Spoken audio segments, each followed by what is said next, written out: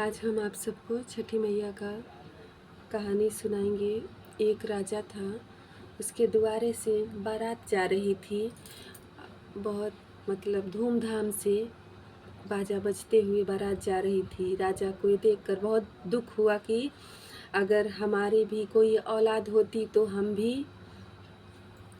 खूब धूमधाम से अपने बेटे की बारात लेकर जाते। राजा को दुखी देख करके रानी ने बोला कि हे राजा साहब, आप ऐसा कीजिए कि 7 पैंट और 7 शर्ट सिलवा के दीजिए मुझे। राजा बोलते जब ये कोई औलाद ही नहीं है तो कपड़ा किस लिए सिलवाएं। लेकिन रानी की जिद के आगे राजा को मानना पड़ा। राजा 7 पैंट और शर्ट सिलवा के लेके आए तो रानी ने वो कपड़े को धो के दुआरे पर डाल दिया। जब दुआरे पर 7 पैंट और शर्ट टंगा देखे तो देखनहारू देखने के लिए शादी के लिए आने लगे। कपड़ा धो के इनके घर में डाला हुआ है, लड़का है। राजा बोलते हमारा कोई औलाद नहीं है। वो बोलते नहीं, जब भी कपड़ा डाला हुआ है तो लड़के तो है ही ना, आप मान लीजिए, कर लीजिए मेरे बेटे की शादी, मेरी बिटिया की शादी अपने बेटे के साथ। ज़बरदस्ती से शादी कराते हैं, राजा नहीं मानते रहते हैं तो 7 पैंट शर्ट के साथ 7 लड़कियों की शादी करा के लेके आ जाते हैं। बड़े दुखी मन के साथ राजा रानी और वो 7 लड़कियां भी रहने लगती है, क्योंकि लड़का तो था ही नहीं। ऐसे ही दिन गुजरते चले गया। ललही छठ की एक दिन पहले छठ मैया आती हैं और बहुओं से बोलती हैं कि राजा को बगैर नमक की दाल दो। जब राजा बोलेंगे कि बगैर नमक की दाल क्यों, तो बोलना कि बगैर बेटे के पतोह कैसे। बोली कि माता जी आज तो खाना बन गया है, कल हम बना करके देंगे। दूसरे दिन सुबेरे 7 बहुएं खाना बनाती हैं और दाल में नमक नहीं डालती हैं, राजा साहब को देती हैं। राजा बोलते हैं कि ये बिना नमक की दाल कैसे, तो बोलती हैं कि वैसे ही जैसे बिना बेटे के पतोह। राजा को बड़ा तकलीफ हुआ। सही बात है, हम अपने स्वार्थ के लिए लोग को रखे हैं और ये लोग की ज़िंदगी बेकार हो रही है, हमारा जीना व्यर्थ है, मैं जान दे देता हूँ अपनी। राजा ने बोला कि मैं गंगा में कूदकर अपनी जान दे दूंगा। राजा को देखकर, राजा को ऐसा कहते सुनकर रानी बोली जब आप जीवित नहीं रहेंगे तो हम क्या करेंगे, जीवित रहकर हम भी मर जाएंगे। चलो हम और आप दोनों लोग गंगा में कूदकर अपनी जान दे देते हैं। बोले ठीक है। 7 बहुएं बोले जब आप लोग नहीं रहेंगे तो हम लोग क्या करेंगे जी के, हम लोग भी मर जाएंगे। चलो सब लोग गंगा में कूद कर अपनी जान दे देते हैं। गंगा मैया सबको देखकर बड़ी दुखी होती हैं और बाहर निकलती हैं।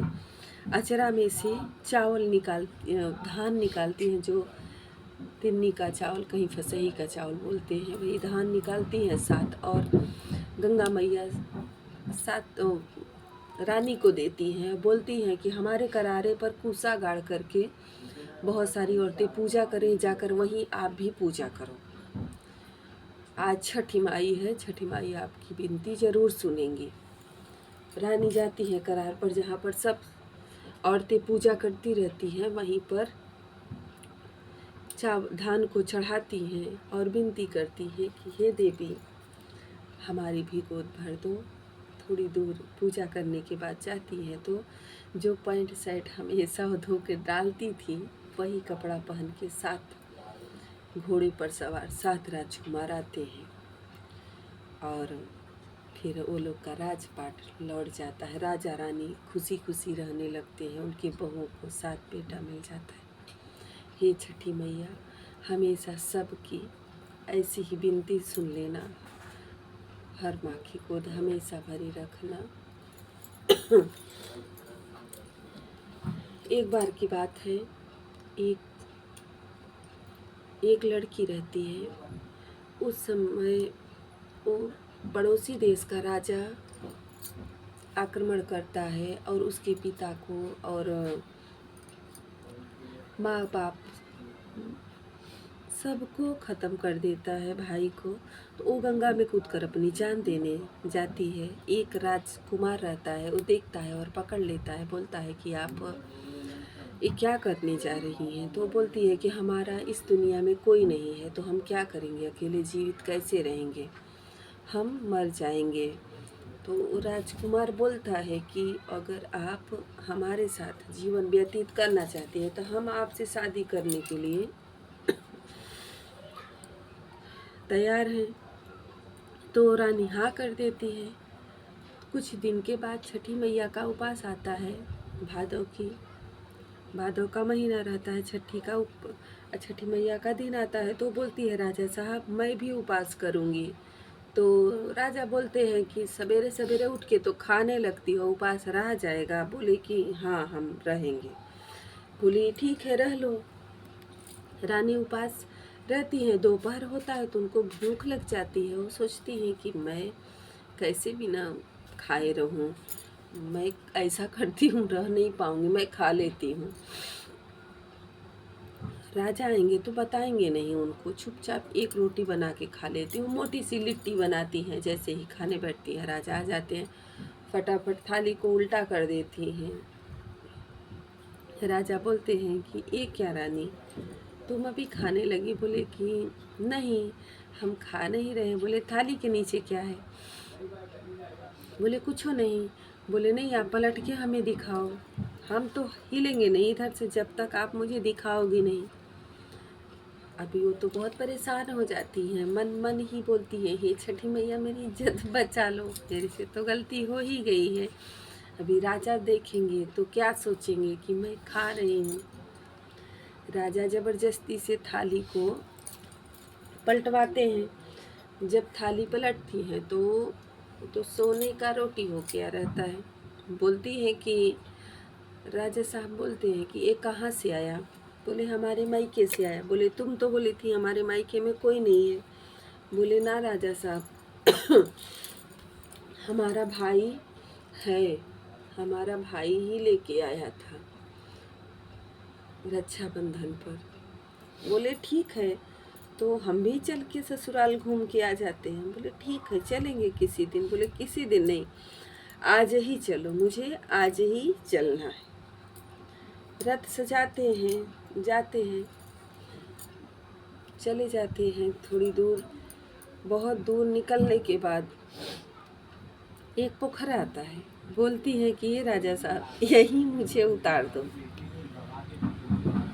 जब वो सोचती हैं कि मेरा मायका तो है नहीं, राजा साहब से झूठ बोली, अभी मैं क्या बोलूँगी, तो ऐसा करती हूँ इसी पोखरा में कूद के मैं अपनी जान दे देती हूँ।